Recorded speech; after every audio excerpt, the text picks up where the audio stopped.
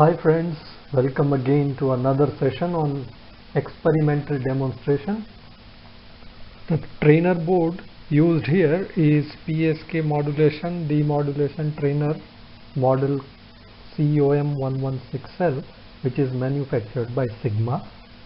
The trainer board is broadly divided into 6 functional blocks, which you can see from the different colors.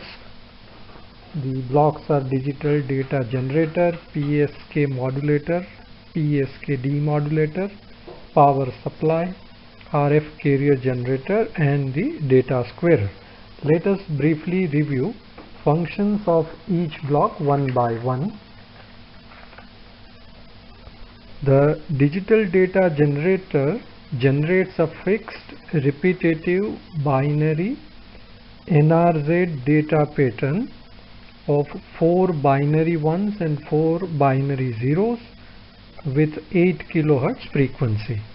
It uses a crystal oscillator operating at approximately 4 MHz.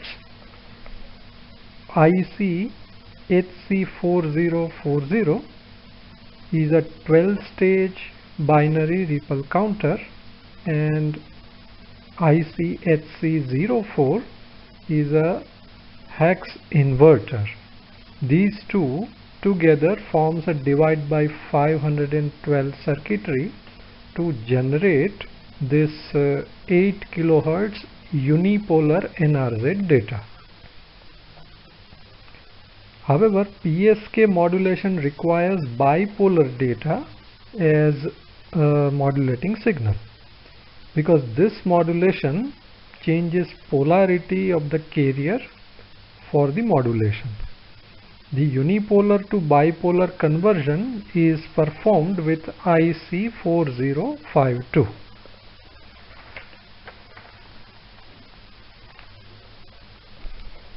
The RF carrier generator gives a sinusoidal signal in the range of 500 to 1000 kHz at its output.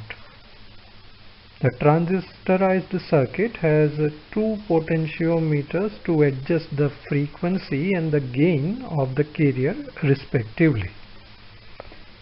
PSK modulator is based on IC MC1496, which is a balanced modulator and is configured as double balanced modulator like it is used for DSBSC modulation. The output will have change in carrier phase by 180 degree when the data changes from binary 1 to binary 0 or vice versa.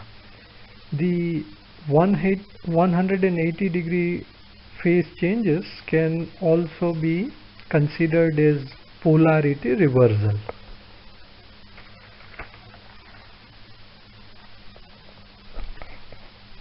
The PSK modulated output is connected to the PSK demodulator block. Here again IC MC1496 is used, but here it is configured as a synchronous detector or product detector like we use for DSBSC signal detection. The PSK demodulator output is a raw data which is somewhat distorted usually, and it requires to be restored by some high pass filtering action usually to reconstruct the sharp edges in the output data. Data squarer circuitry here performs somewhat like a high pass filter, but exactly the ICs that we are using are not filters. The raw data is given to IC311, which is a comparator, and it is in cascade with IC7404, which is a hex inverter, provides sharp edges to the raw data removes the rippling distorting effect in the raw data, and also the bipolar data is converted back to the unipolar data.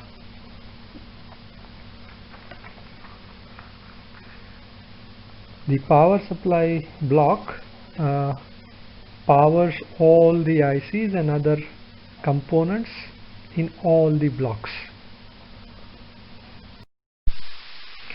So this is how the output from the crystal oscillator looks like. You can see that the frequency is almost 4 megahertz. The carrier signal can be observed in this slide, which is almost 500 kilohertz for our experiment.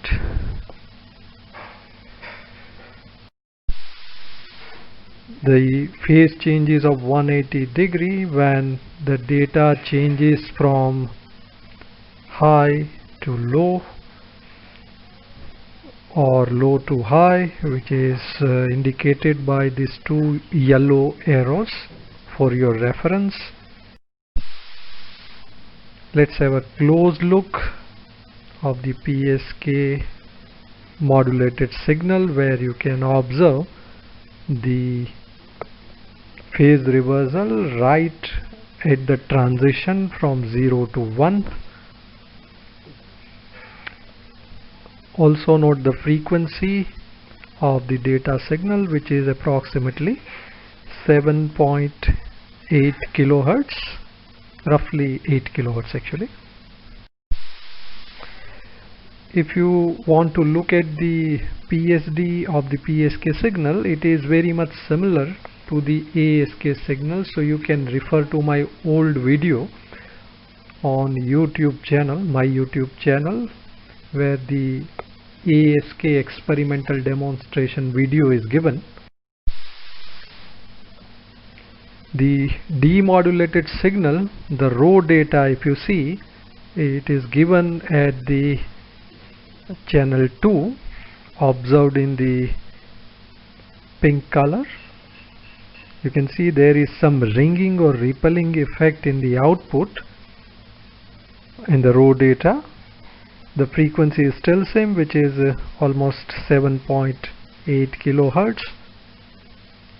So this distortion is then removed by the combination of comparator and converter IC, which you can observe in this data. Here the two signals are matching completely. The amount of distortion is significantly reduced, and the output data from the data squarer circuitry here shown in the pink color is almost identical to the original data.